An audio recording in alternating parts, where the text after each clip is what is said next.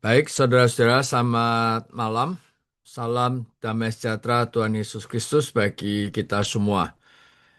Saya melanjutkan persekutuan saudara-saudara tadi untuk persiapan ministri firman besok dengan judul Meministrikan Hayat bagi Tubuh.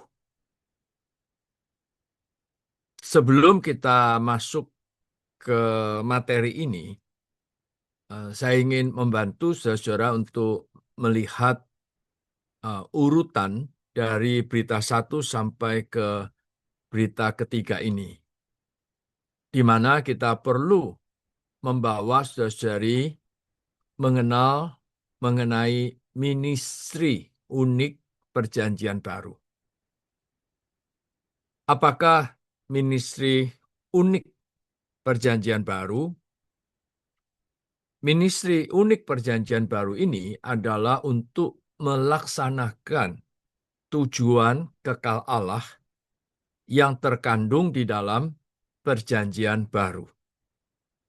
Nah, di dalam perjanjian baru mengandung ekonomi Allah, yaitu di mana Allah bekerja untuk menyalurkan dirinya sendiri ke dalam umat pilihannya yang dia tebus, yang dia lahirkan kembali sebagai hayat dan segala sesuatu.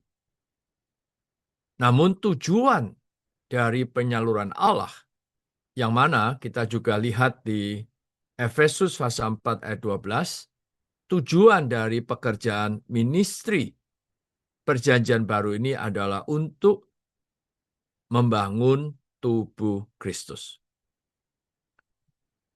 Kemudian, bagaimana operasi dari ministri perjanjian baru, yaitu melalui firman.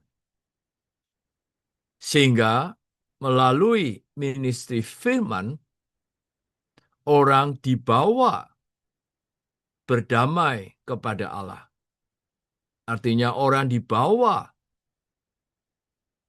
di hadapan Allah dengan didamaikan dari dua langkah atau dengan dua langkah, yaitu langkah dari pelataran luar ke ruang kudus, kemudian dari ruang kudus ke ruang maha kudus.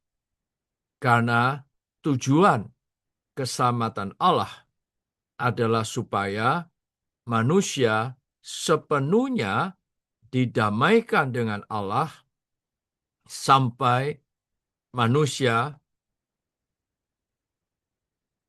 berada di dalam ruang maha kudus.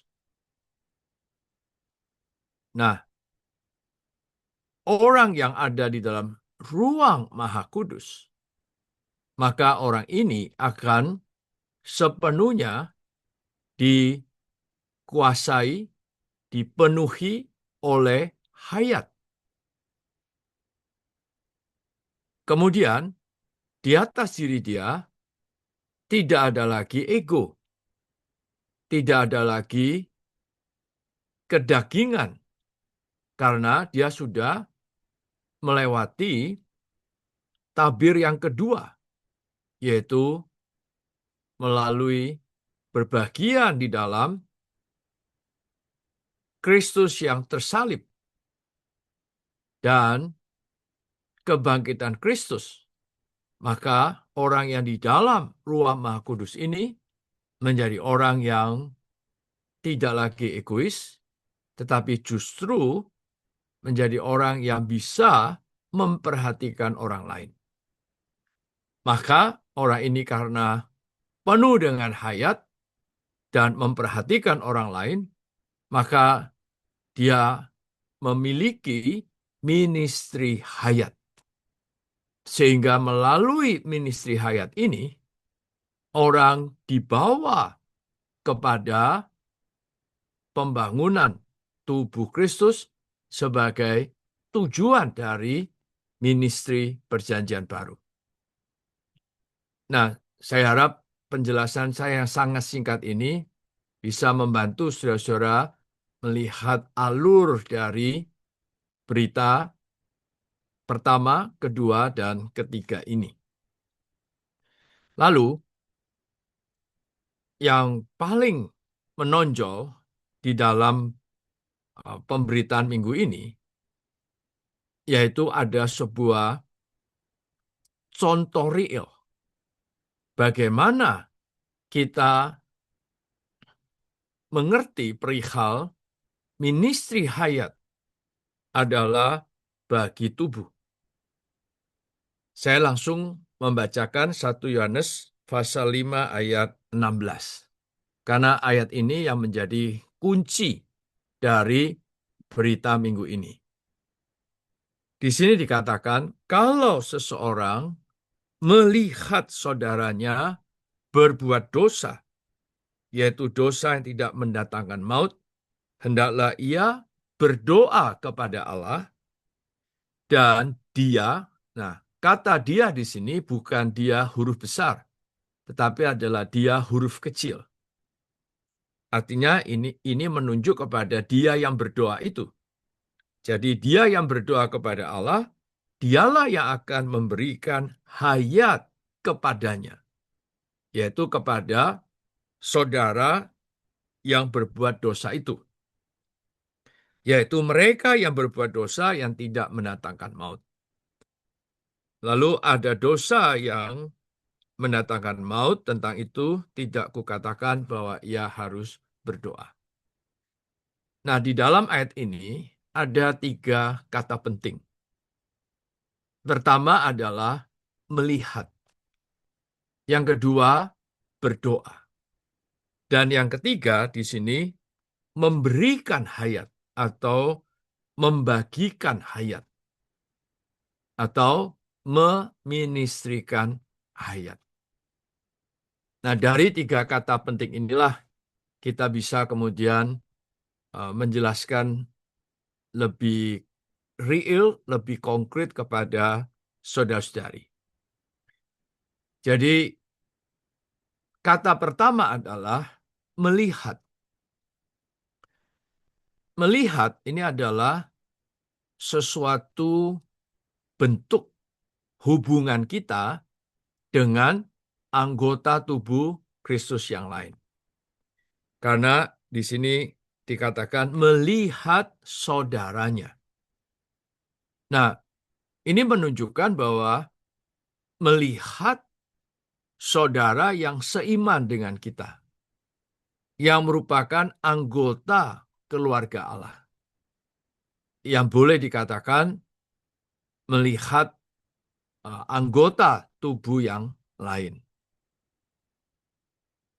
Melihat itu menunjukkan bahwa kita ada interaksi dengan saudara yang lain. Ketika kita melihat seseorang berbuat dosa atau seseorang itu lemah rohani atau seseorang itu telah berbuat salah atau jatuh,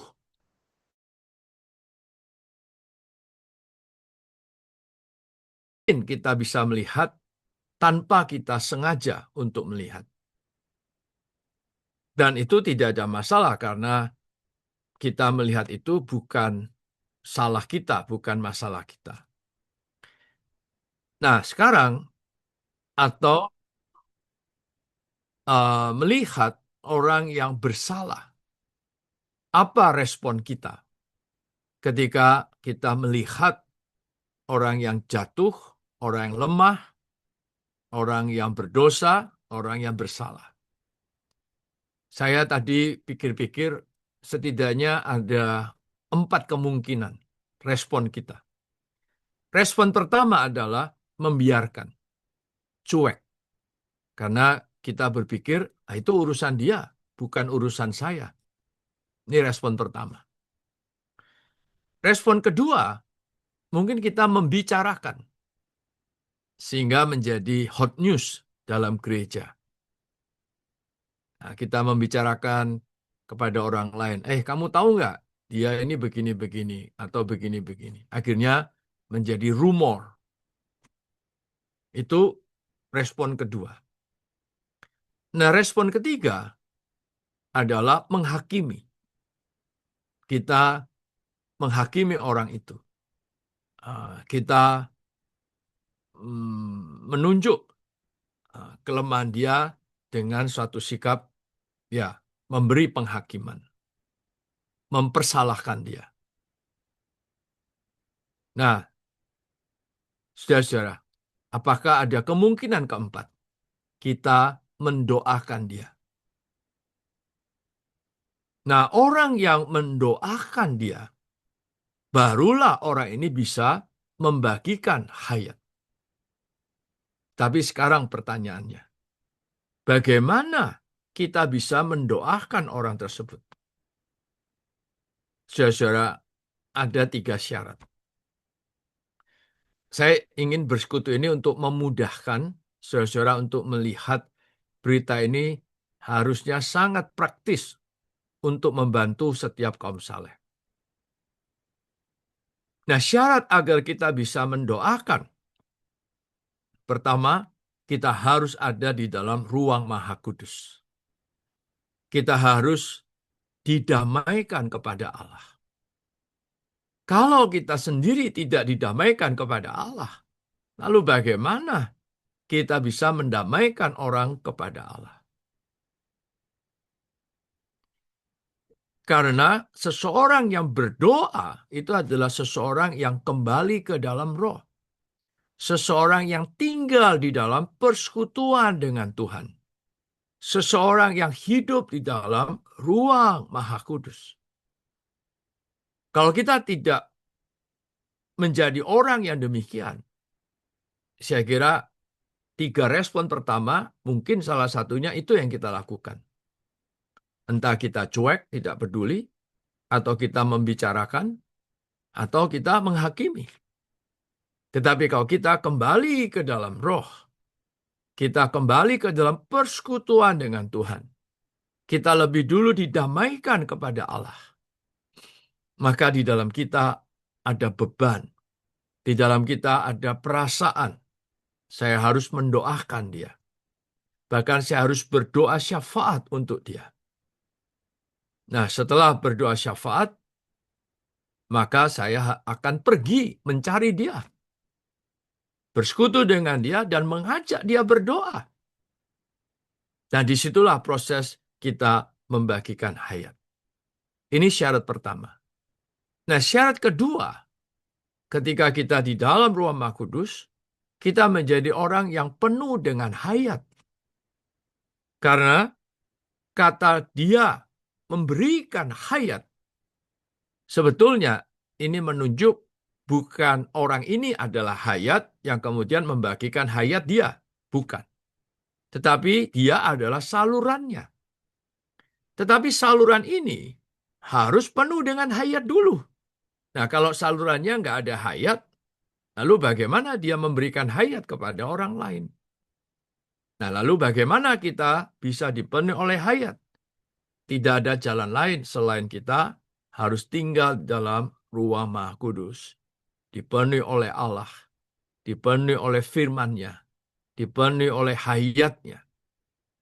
Nah, sehingga kita bisa memberikan hayat, menjadi saluran hayat kepada orang lain.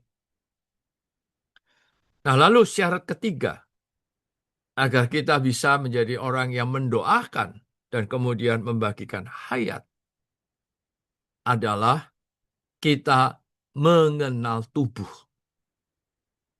Nah, mengenal tubuh ini menjadi bukti bahwa kita tidak lagi hidup secara individual. Kita tidak lagi hidup menurut ego, tidak lagi hidup menurut daging, atau menurut susunan alamiah kita. Secara susunan alamiah kita adalah penuh ego. Susunan alamiah kita adalah suka individu. Kita tidak mudah mau dibaurkan dengan orang lain. Kita tidak mudah mau dikoordinasikan dengan orang lain. Karena setiap orang, termasuk saya, ingin mencari nama, ingin mencari pembuktian, ingin mencari pengakuan dari orang lain. Nah, tetapi ini tidak berlaku ketika kita mengenal tubuh Kristus. Coba kalau kita lihat tubuh kita. Jarang ada orang yang memuji anggota tubuh kita. Wih, matamu bagus ya. Oh, tanganmu bagus ya. Tetapi orang memuji adalah keseluruhan kita. Yaitu kepala kita ini yang mempunyai nama. Karena tubuh tidak ada nama. Nama itu adalah kepala kita. Mengapa setiap orang punya nama berbeda-beda? Karena kepalanya berbeda-beda. Coba kalau semua orang ditutup kepalanya, maka tubuh itu tidak punya nama. Nah, saudara-saudara.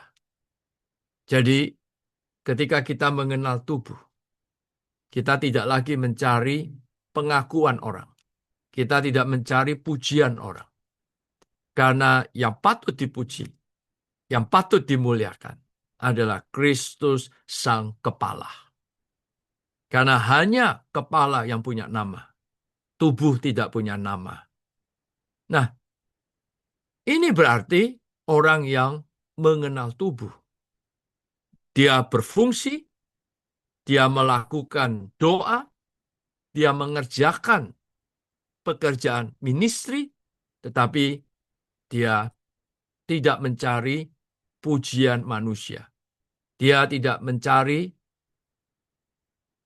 nama besar. Dia tidak mencari pengakuan manusia. Karena dia tahu hanya Kristus yang patut dimuliakan. Nah, orang yang memenuhi 3 syarat ini.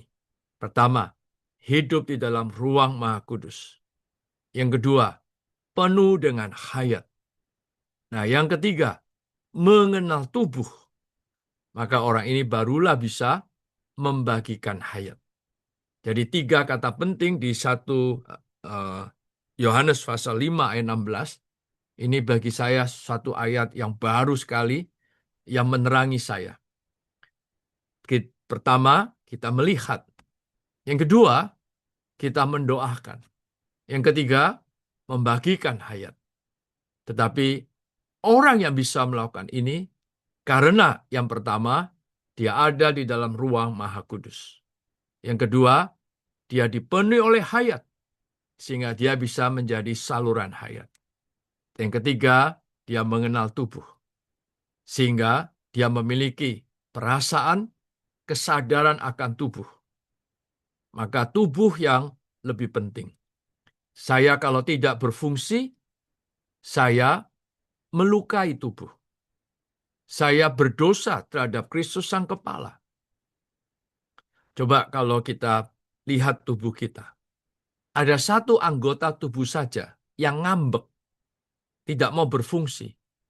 Misalkan, tiba-tiba tangan kita nggak bisa kita gerakkan. Wah, kita langsung panik. Kenapa tangan saya tiba-tiba nggak bisa bergerak? Maka kita harus segera cari penyelamatan.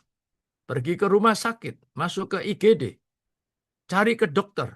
Jangan-jangan stroke atau apa. Karena sudah tidak lagi bisa berfungsi seperti sedia kala. Tetapi saudara-saudara, begitu banyak anak-anak Tuhan tidak melakukan fungsinya, tidak punya perasaan. Merasa biasa saja. Merasa kalau di dalam gereja berfungsi itu ya cuma yang ikut FTT saja, atau yang full-timer saja, atau yang punya julukan, entah itu pewajib, entah itu penatua, pokoknya mereka saja. Nah, saya ini orang biasa aja lah. Saudara-saudara, ini menunjukkan begitu banyak hari ini anak-anak Tuhan di dalam gereja terhadap pengenalan akan tubuh sangat lemah. Padahal hayat yang kita terima adalah hayat tubuh. Maka bagaimana perasaan ini bisa makin kuat, makin muncul? Nah, disinilah bebannya. Kita harus saling mendoakan satu dengan yang lain. Kalau kita melihat saudara kita demikian, kita bukan menghakimi dia, tetapi kita belajar menggembalakan dia dengan mendoakan dia terlebih dahulu. Nah, di dalam kita mendoakan, kita mencari pimpinan Tuhan, kita sendiri dipenuhi oleh hayat, dan kita sendiri ditanggulangi atas ego, atas kedagingan kita, susunan alamiah kita. Maka kita kemudian bisa pergi mencari dia, mengalirkan hayat. Untuk apa mengalirkan hayat? Untuk membawa dia didamaikan kepada Allah. Untuk membawa dia menjadi anggota yang bisa bertumbuh dalam hayat dan kemudian bisa menunaikan fungsi di dalam gereja yang adalah tubuh Kristus. Saudara-saudara, bila begitu banyak anggota tubuh tidak menunaikan fungsi, sesungguhnya tubuh Kristus menjadi lumpuh. Apa yang disebut lumpuh? Kelumpuhan karena anggota tubuh tidak menunaikan fungsi. Nah, semoga saudara-saudara kita bukan sekedar membagikan firman menurut outline, lalu kalau kita bisa bagikan persis sesuai dengan outline, lalu selesailah tugas kita. Tapi di balik berita ini, ada satu beban yang besar, beban yang berat hari ini di dalam gereja. Bagaimana sikap kita semua? Mari kita lepaskan segala status kita. Mau full-timer, mau penatua, mau pewajib, mau trainees, mau inti hall, mau gembala, kita semua sama. Yaitu kita hanya anggota tubuh. Dan setiap anggota tubuh memiliki fungsinya masing-masing. Dan setiap fungsi tidak bisa digantikan dengan yang lain. Setiap fungsi bagi tubuh adalah spesial.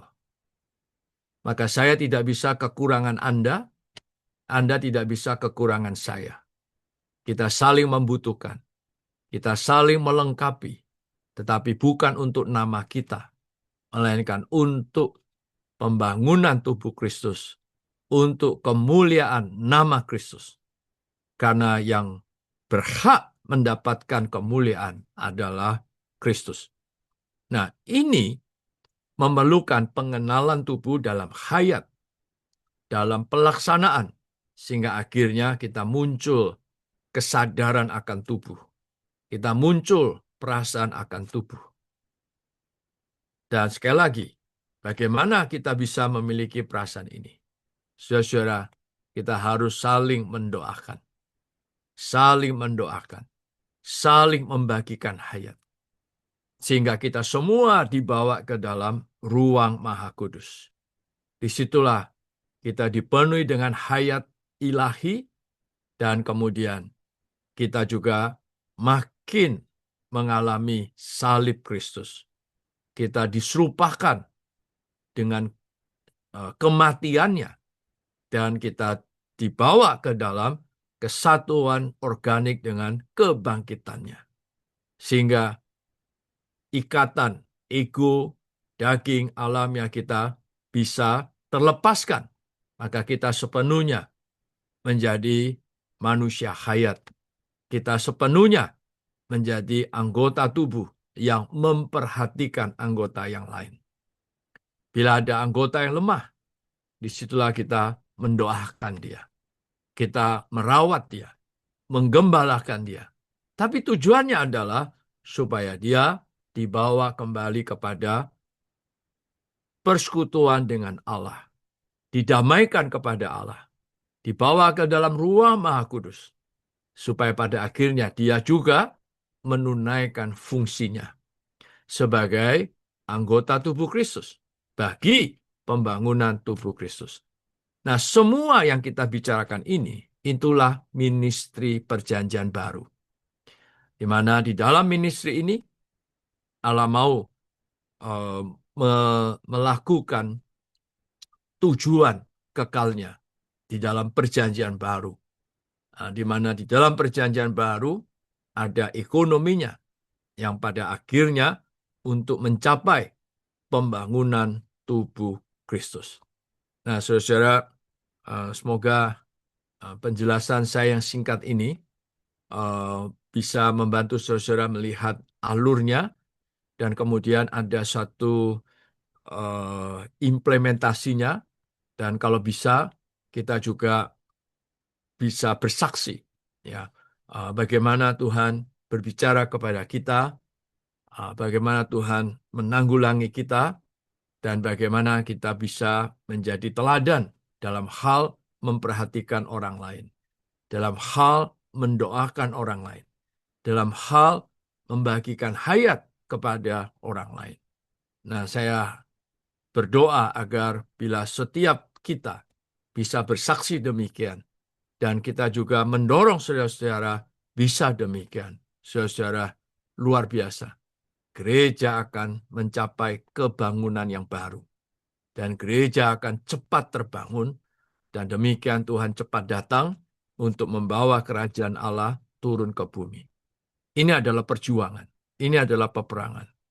Maka minggu depan kita masuk kepada ministry peperangan. Jadi, mengapa minggu depan berita selanjutnya adalah ministry peperangan? Karena ini berkaitan dengan masalah pembangunan tubuh Kristus.